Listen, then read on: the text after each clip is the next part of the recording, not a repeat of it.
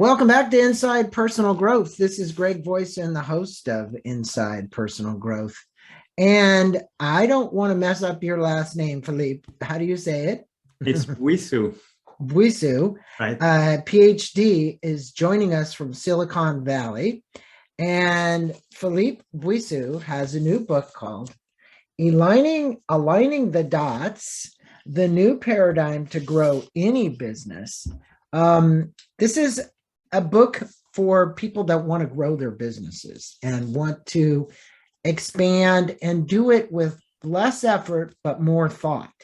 That's what I'll say. I think a lot of people try and do it the hard way. Mm-hmm. Philippe can help you do it the easier way by understanding what's going on in your business, some of the analytics. So when he says the new paradigm to grow any business, he means that. And I'm going to let him know a little bit about you, Philippe. He spent 3 decades in Silicon Valley as an entrepreneur, a CEO, venture capitalist, and management consultant. He is the co-founder and managing partner at Blue Dots Partners LLC, a management consulting firm focusing on top-line revenue acceleration for companies or business units with revenues between 10 million and 1 billion. You have a fascinating background, and Blue Dots also, for those of you who want to learn more about Blue Dots, just go to bluedotspartners.com. He has a new produced video called The Alignment Zone, and I think that you guys can get some really good information from the Alignment Zone. It's some interviews that he's done there, and from our interview as well, which is going to be just fantastic. And we're going to cover as much ground as we can in the time we have. But again, there'll be a link to Amazon to Aligning the Dots. Well, Philippe, tell our listeners, if you would, a little bit about yourself, Blue Dot Partners, and how you help startups and mature businesses grow and prosper. Yeah, well, first of all, thank you, Greg, for having me on your show. It's a real pleasure and a treat. I am an entrepreneur at heart. I really like to start things, and I like the transformational process of taking an idea in somebody's brain and start to build a product or a service, start to generate revenue and make happy, and make happy customers. And I don't really care if it's, somebody trying to sell ice creams on a corner of a road or somebody who is trying to build the next Apple or the next Tesla. I think that entrepreneurs are amazing. They go after this very difficult quest and journey of building something real. I have tremendous respect for that, and it's really, really hard. I've been in Silicon Valley for over 30 years, as you mentioned. I am a software guy. I actually studied a Unix software company when I moved here. I sold it to our largest customer, then worked for Hachette, one of the largest publishing companies in the world. Then spent 3 years at Apple, where I studied and ran the Internet Commerce Group. I worked directly for Steve Jobs, which is, by the way, how I lost my hair, in case you ever wondered. Yeah, you said that. Yeah, and then I went to the VC almost by accident, and I became a VC. So I was on the other side of the table, writing checks and investing in incredible entrepreneurs and helping them as much as I could. And then I've been in management consulting for, 15 years now. And Blue Dots is a firm that John Orcutt and I started back in 2014. And we are focused on helping companies grow their top line faster. It's all about growth because growth is so critical to any business. And that's the focus we have at Blue Dots. Well, you work, like you say, with any organization. In the book, you say from 1 million to, and above. But, as somebody who's invested in all kinds of startups, meaning yourself, you have to look at lots of different variables and things. And you mentioned that one of the most painful and meaningful lessons is that when a business is not growing relative to its market, that it's on a declining path. How do you help business owners realize this death spiral they're in and how to get them out of it? Because, I think sometimes businesses I'm working with run that right now is at 9.6 million. And there's this, well, can it go beyond where it is with the current management kind of thing, right? Because there's issues. And sometimes the CEO has to wake up to that, and he needs somebody like you to wake him up to that. Mhm. Besides intervention like that, how do you help these people see that they're on a trajectory that's not going to create the growth that they'd like? Yeah, I mean, growth, I think, is one of the most vexing challenges all CEOs and entrepreneurs and business leaders have to face. And the traditional way of growing, which is, I need to generate more sales, so therefore it's a sales issue. And then the sales guy typically says, well, we don't have the right leads, so it becomes a marketing issue. And then the marketing guy says, well, the product is not exactly what it should be, so then it becomes a product issue. And the poor product guy says, well, I didn't have the budget, or you gave me too short of a timing to build a real great product. And this circular conversation just doesn't lead anywhere, in my opinion. And it's just like finger pointing, and it doesn't really address the issue of growth. Now, let's just step back for a second and understand some context. Growth is really critical. I was with Bracken Darrell, the CEO of Logitech, just a few years ago, and he was telling me that growth is really a matter of survival. You're either growing your business or you die. Now, that's true for businesses that raise money and have investors and have shareholders, but it's also true for small businesses, because if you're not growing, inflation is, making things more and more expensive. Therefore, you need to generate more dollars to be able to deal with that inflation.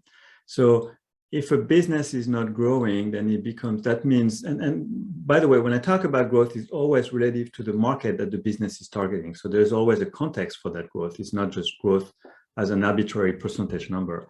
But if you're not growing faster than your market, then your competition is, and you're losing market share, and you become irrelevant, and you're not creating shareholder value. In fact, I don't know any other way that growing faster than your market in order to generate real and sustainable shareholder value. And so that's why growth is really, really critical. And that has to be addressed by any entrepreneur and any CEO and any business. Well, I love your part in the book about you're a skydiver. And I remember you talking about that and creating alignment. And this is really an important part. You mentioned that if you had to summarize your book in one word, it would be alignment. You state that alignment is the key to maximizing revenue and growth. Can you tell the great story about skydiving, your personal experiences, and the 3 stories that exemplify alignment and great connection? Yeah, so on July 30th, 2016, in Simi Valley, California, not too far from where you are actually, Greg, a guy named Luke Akins made history. So he jumped out of an airplane from an altitude of 25,000 feet. Now, jumping from an airplane, to me, is not such a big deal because I've done it over 1,000 times. So I spent 20 hours of my life literally just falling at 120 miles per hour, just like Luke Akins did on his skydive. And I am sure some of you listeners must think about me that this guy is nuts. Well, let me tell you, they're not alone. That's what my wife thinks as well.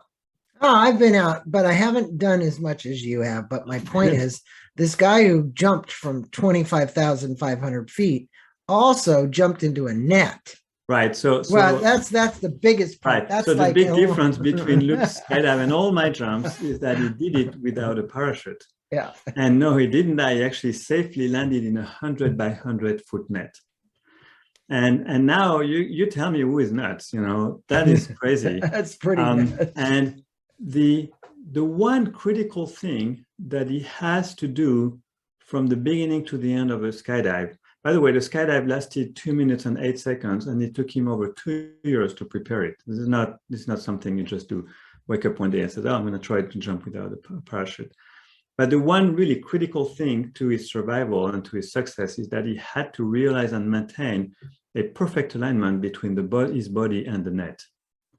And that alignment was a matter of death, if he didn't realize it. And to grow any business faster than the market that the business is in, is really a function of creating and maintaining a perfect alignment between the business and its target market. Exactly the same way as Luke Akins had to create and maintain a perfect alignment between his body and the net.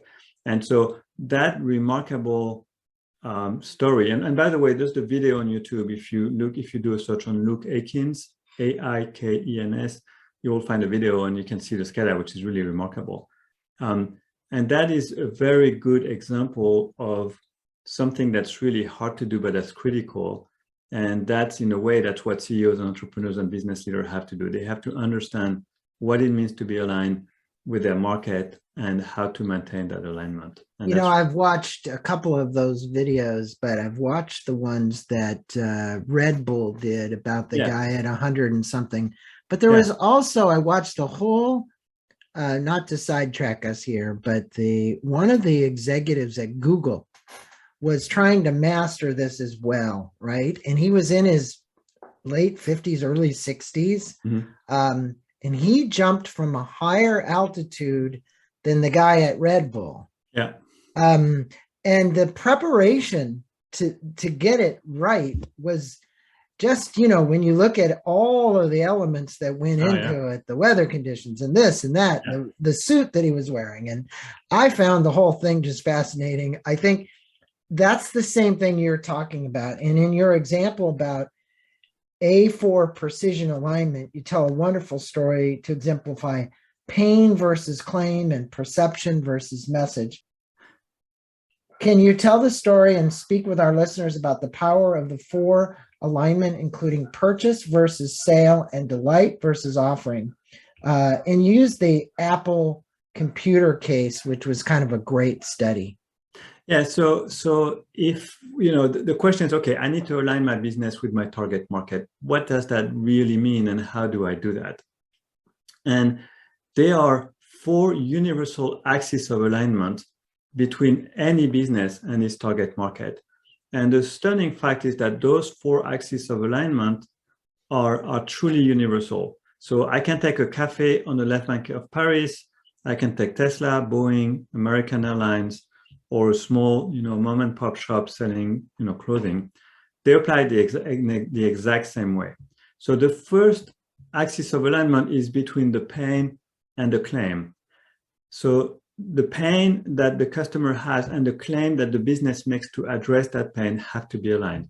So if you come to me, Greg, and you say, I have a headache, and I show you a stomachache pill, obviously your pain and my claim, which is solving stomachache issues, are not aligned, you will never buy my pill. The second axis is the expression of the claim, which is really the messaging, which is how I express my claim to prospects and customers. And the understanding of that claim, which is the perception, have to be aligned. So imagine I have a pill for your headache, Greg, and I describe it to you in Korean or language you don't speak. You will never buy the pill, even though it would be the perfect pill for your headache, because you're like, what the heck is this guy talking about? You will not understand what I'm talking about. That's the second axis. The third one is the way customers want to buy and the way the company sells have to be aligned. So if I say, great, you can get my pill, but you have to fly here in Palo Alto and to get it in the pharmacy, you're going to say, well, wait a minute, there is a pharmacy just down the street from where I live. Why do I need to take a plane to buy your pill? So the purchase and the sale have to be aligned. And then the last axis of alignment is my favorite one called, I stole it out of the Apple playbook, which is by working with Steve Jobs, I realized that there is one and only one universal business on this entire planet. And so everybody is in the same single, unique, universal business. And that business is the manufacturing and delivery of delight. When somebody buys a product or a service, that person has a certain delight expectation in their heads. And as the product or the service is consumed, that expectation has to be met. There cannot be an impedance mismatch between what I expect and what's delivered.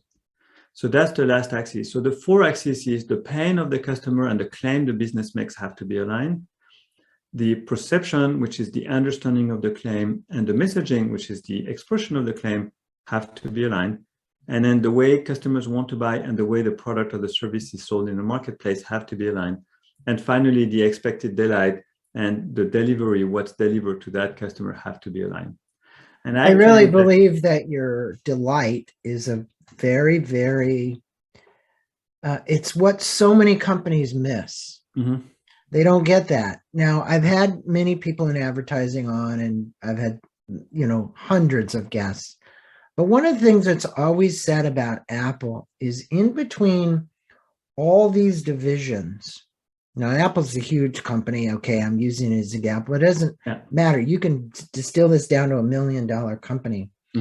They have perfected to a large degree the whole customer delight cycle in every phase, from whether you're buying an iPhone or you're buying an iMac or you're doing whatever, and the customer service and the way in which they handle the customer, whatever that culture is that they've created, they've been able to link that. How is it, now you used to work for Steve Jobs, maybe it wasn't that way back then, but today, I personally think of all the companies I can think of, that the customer delight experience, like Disney tries to do that too, right? It's like I go to Disneyland, I know what I can expect every time I get it. It's the same thing. But the reality is there's something about that delight which wants me to tell everybody else, go buy an Apple iPhone, go buy an iMac, go back an iPad, whatever it is, right? So how do you help smaller businesses make certain that all those stages in between and all that communication that has to occur between department can continually satisfy that delight of the customer? Well, it has to be part of the culture. It has to be part of the DNA. It has to be part of the obsession. It has to be part of the reason and the why people get up in the morning, because their mission is to deliver that delight. That's the way it is. That's the way it is at Apple. We would never compromise on the quality of the delight. And it has to be engineered the same way you would think about manufacturing and distribution channels and packaging and pricing. It has to be engineered in the product consumption cycle. So if you really look at the amount of energy you spend using a product or a service over time, you will find a kind of a bell curve. So the initial phase, and there's 6 phases. The first phase is the discovery, which is the very first time you open the iPhone box, or you sit in your new car, or you put your new watch on your wrist. And then you have the usage, and then you have the maintenance, the upgrade, and the customer support. Those are the 3 after that. And then the last one is the disposal. What do you do when you decide you don't want to use the product? Now, for an Apple, you can take any Apple product and bring it back to any Apple store. They will take it and they will recycle, and they will protect the planet by doing so. So Apple has engineered this obsessive nature of delivering delight for each of those 6 steps. So when you open a box and you open a new iPhone, the noise that it makes, the way the little thing that you grab with your finger to pull, the smell, there is actually olfactic engineers at Apple who care about the smell, which is a tricky problem, by the way, because women and men have very different sense of smell. And this whole idea of making sure you're not going to open the box and then drop the iPhone by accident. So there's a lot of engineering into the packaging. And that's just one of the 6 first steps, which is the discovery phase. So Apple, by design, is obsessed about each of those 6 steps. And they said, okay, how do we maintain the product? Which is one of the 6 steps. How do we dispose of the product when the customers decides to not use the product anymore? And it's really ingrained in the DNA of the company, in everything we do. And it's not by accident. That's just the way Steve wanted the whole culture to be. And we would never compromise on the delight delivery phase of any of our products. Well, it is so exceptional as a company that it's no wonder they're a $2 or $3 trillion company, right? Yeah. So you mentioned that price is an important component of the claim. In fact, now here's the thing I tell people. I would pay 30% more to buy from Apple because of the delight, right? I'll pay more, right? And that's not true everywhere. That might not be true with Samsung, because they're competing on price. Many of them are. I don't believe Apple is competing on price. That's right. Which gives them not an unfair advantage, but they figured out the formula that allows people to say, I'll pay more. So in fact, no claim should be made without pricing, you say. Can you explain how pricing affects the volume purchased of an item and the effects on the profitability of a company? Yeah. So why is pricing part of a claim? Or in other words, why a claim doesn't exist without pricing? So Greg, imagine I tell you you can fly from LAX, from Los Angeles to Paris in 2 hours instead of the 8 hours or 9 hours it would normally take. And if I say, are you interested? The first question you're going to ask me is, well, how much do I have to pay? So if I said, well, it costs $85,000 to do that flight, you're probably going to say, fine, I'll sit in a plane for 9 hours and I pay the $1,500 that they typically charge. Now, if I said, it costs 20% more than the Air France ticket, so instead of paying $1,500, you pay $1,500 plus 20%, then now you're interested.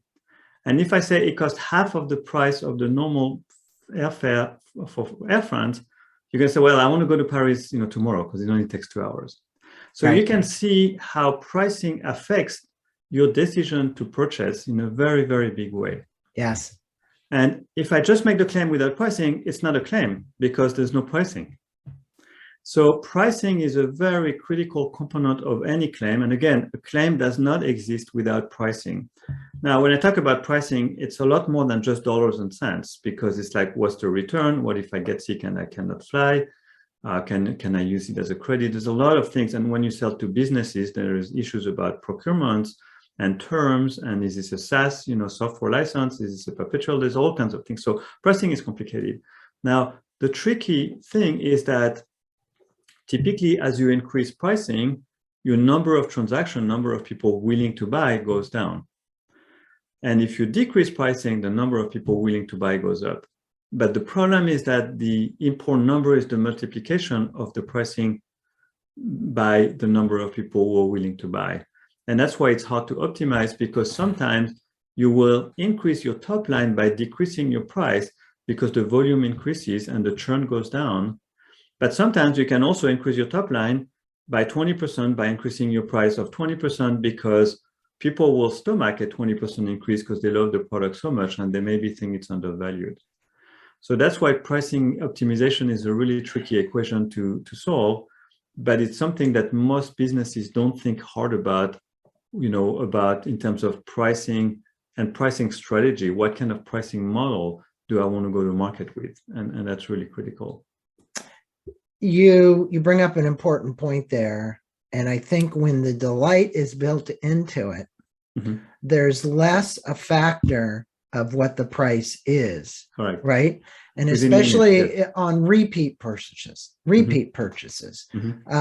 because you won't question the price as much.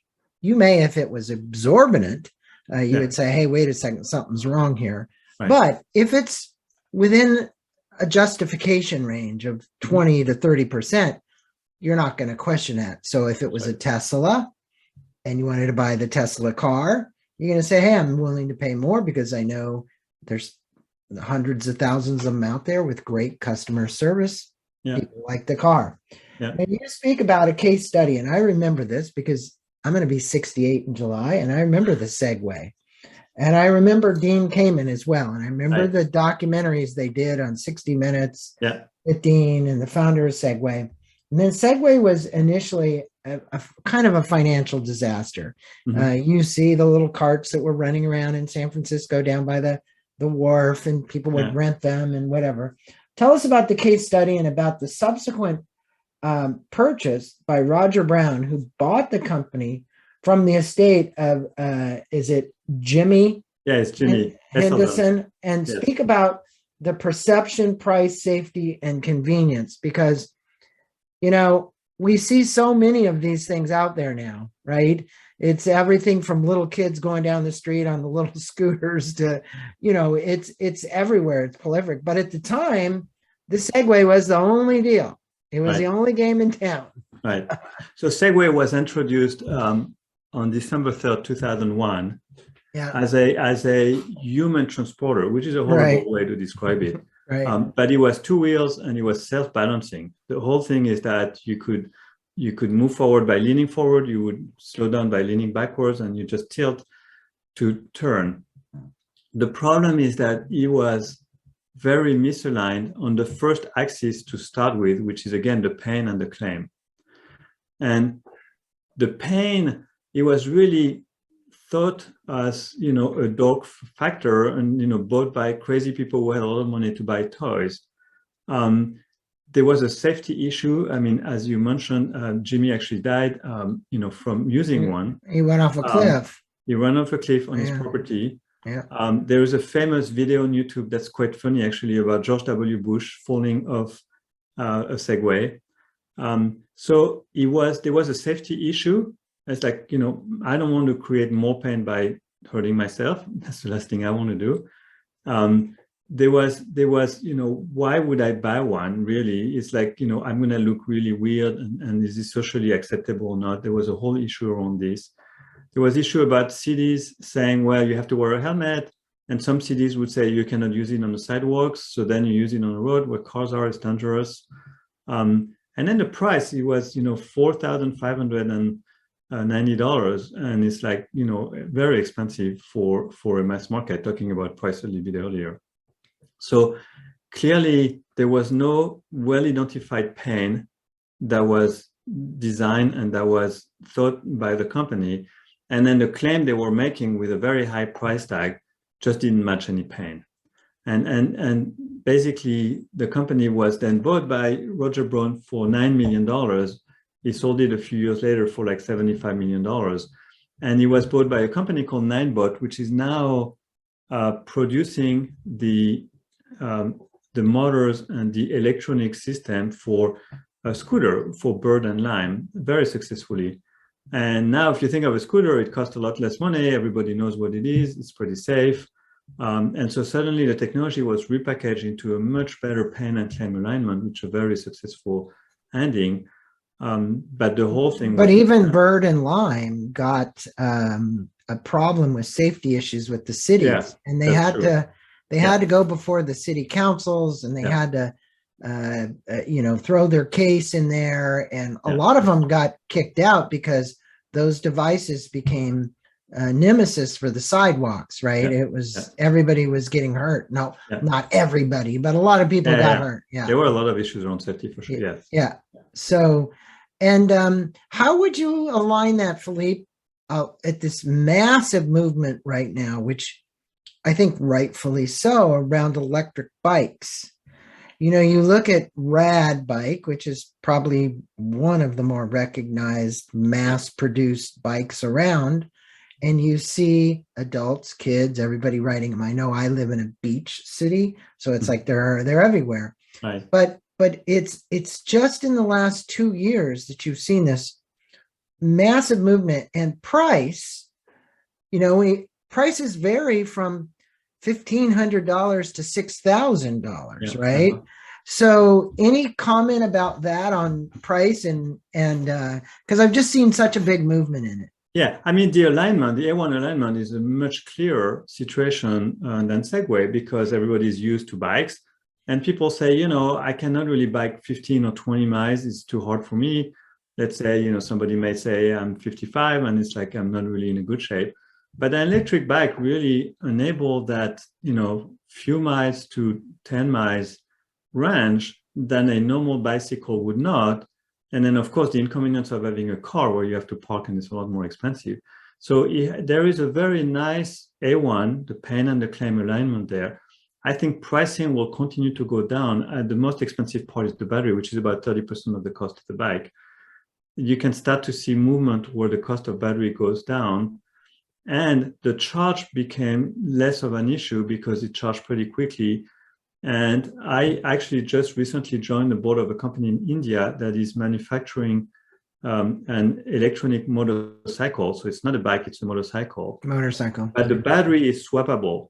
So the recharge of the battery takes about 30 seconds. You walk into a place, you put your battery that's discharged in a rack, you take another battery in the rack that's charged, you put it on your bike and you go. It takes 30 to 60 seconds. So that solves the issue of I have to wait an hour or 2 hours to recharge.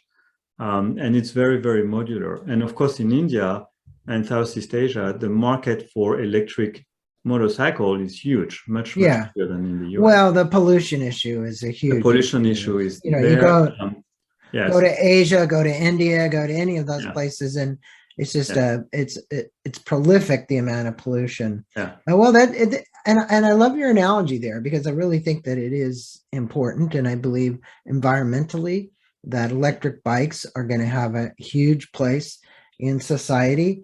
I wish there are a few more restrictions on how people use them. Right. Right. That would be my only thing. Now, Yeah. in your chapter on the third axis, you talk about purchase versus sale. Mhm. Can you speak with the listeners about the second product launches for Apple? I think this is important. I just said that a minute ago. Second product launches, and Tesla, second product launches, and why it is all about how products are sold and the go-to market plan. Right. Because look, you buy the first one, makes it easier to buy the second one, but there's a psychology behind that they've all kind of built into it, right? Yeah, I think that, so the challenge is companies tend to be good at building the first product. I mean, of course, there's ups and downs and issues, but by and large, companies build a first product that's decent and that works.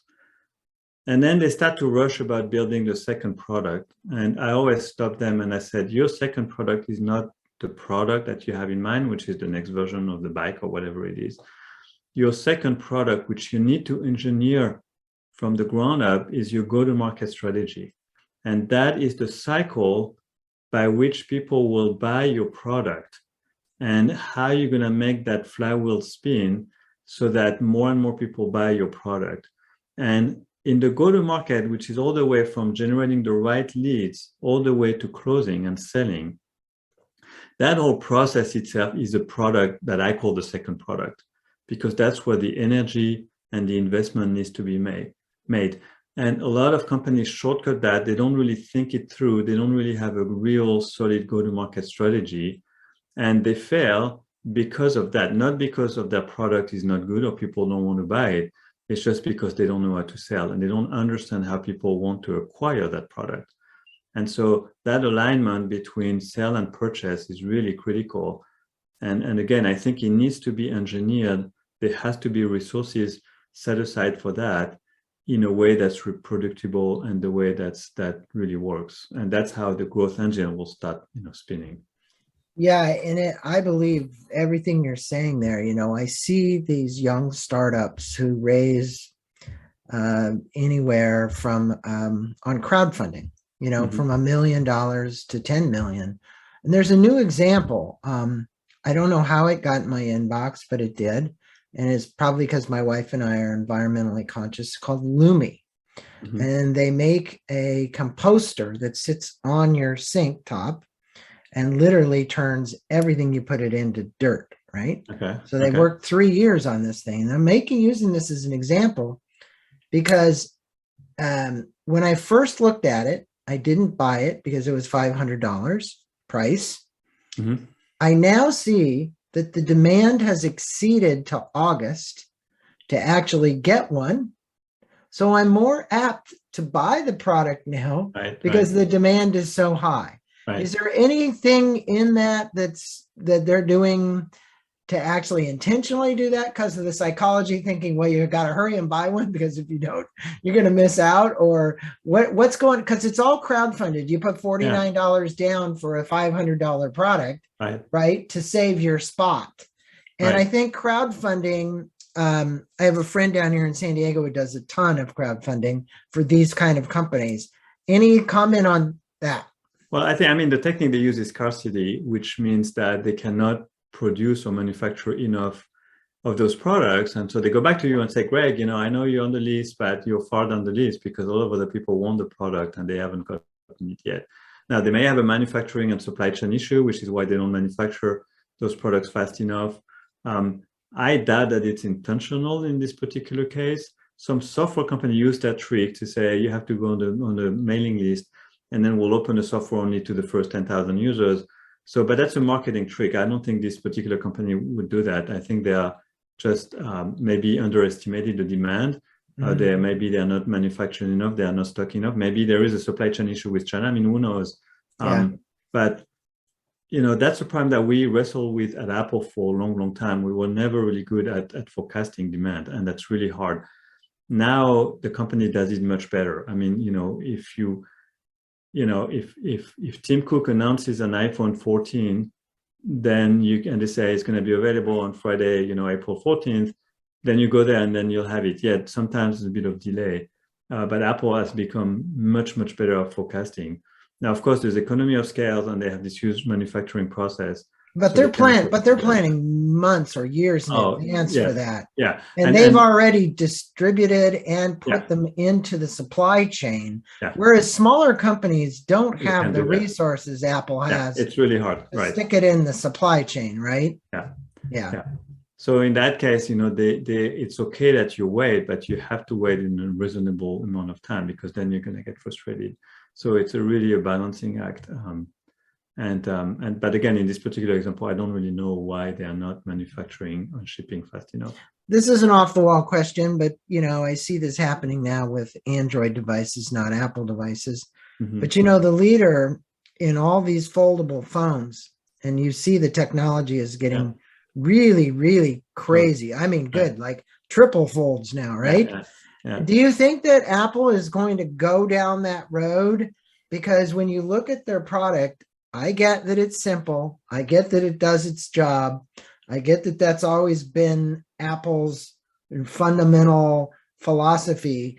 But don't at some point you have to try and compete against that other market, or do you just leave it completely alone? Apple doesn't care about competition. And Apple never tries to be better than competition. Apple always strives to be different. So if Samsung and everybody else start to do those phones that you can fold, Apple may very well, and of course, I'm not in a secret of Tim Cook and the design team. I have no idea what they're going to do. And even if I knew, I wouldn't tell you. Right. But they're going to look at this and say, that's an interesting thing, but we don't really care. And I think the reason is, if you think about size of screen, the smaller size being the iWatch, and then you have the phone, and then you have the tablet, the iPod, the iPad, and then you have the 24-inch iMac, and now you have the 27-inch display that they just announced. And I think Apple, my guess is, and again, this is purely speculation because I do not know, but my guess is that Apple is comfortable in every one of those categories and say, there is no reason to fold or unfold, to move from one category to another. Interesting. I think that's the way they would think. But again, I may be completely wrong. None of us knows, but we know that there's obviously with this device everybody in the world carries, there's a lot of competition, whether it's Android or it's iOS. Yeah. Now, in your fourth axis is delight versus offering. You state that every company, no matter what they sell, is here to deliver delight. Can you tell us about some of the companies and how they have won over the consumers with delivering delight? And some of the examples you used was Harley Davidson's, McDonald's. I don't know about Farmers Insurance, Pixar, and Ford, because I look at the insurance industry as kind of ubiquitous. It's like you're delivering a product. This is what it is. I know Farmers has more homeowners insurance customers than almost anybody. No, it's State Farm, actually. Yeah, but, I think Geico is probably better, but yeah. Yeah. So tell us about that, because Harley Davidson I get, Pixar I get, Ford, tell us a little bit about it. Well, I think, again, the question is what is delight for my customer for my product and at the price point that I'm going to sell at. So you can compare McDonald's to a 3-star Michelin restaurant, and I would argue that they're selling the same product. You're putting food in your stomach at the end of the day. There is really no difference. Now, the delight that you expect from a 3-star Michelin restaurant, paying hundreds and hundreds of dollars for dinner, even though it's the same product or similar product, is very different from the delight you're going to expect for paying 99 cents for a McDonald's product.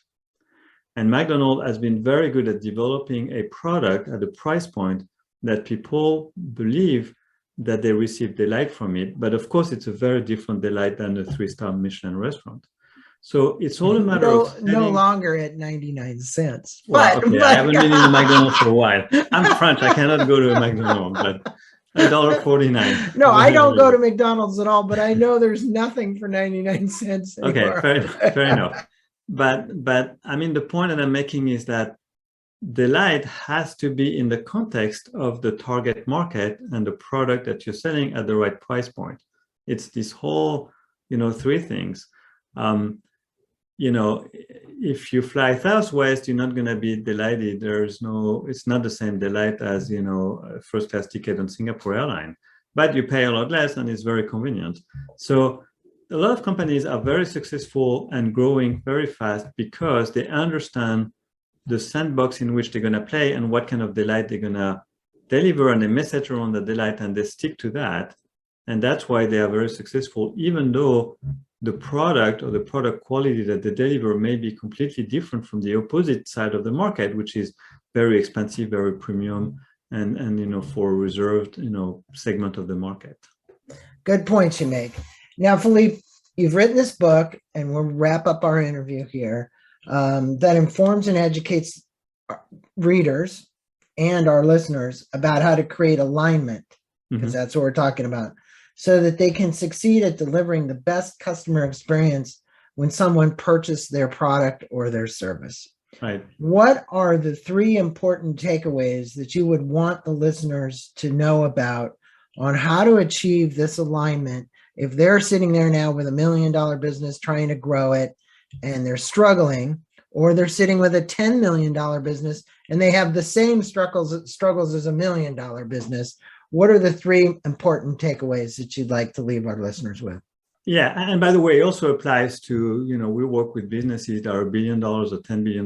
They have the same, challenges. So I think the three takeaways are the following.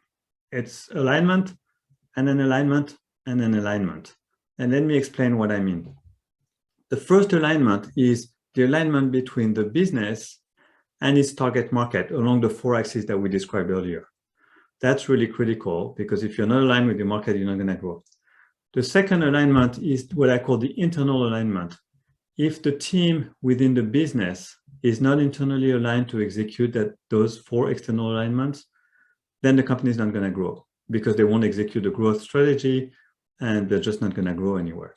So it's really important that the team is fundamentally aligned internally so that they can successfully execute the external alignment. And in fact, it's the last chapter of my book is dedicated to that internal alignment. So it's really 4+1. And then the third alignment is I would say the alignment with ourselves. I think as an entrepreneur, as a business leader, as a CEO, you have to know who you are and why you're doing this. This is crazy to start and run a business. It's really, really hard.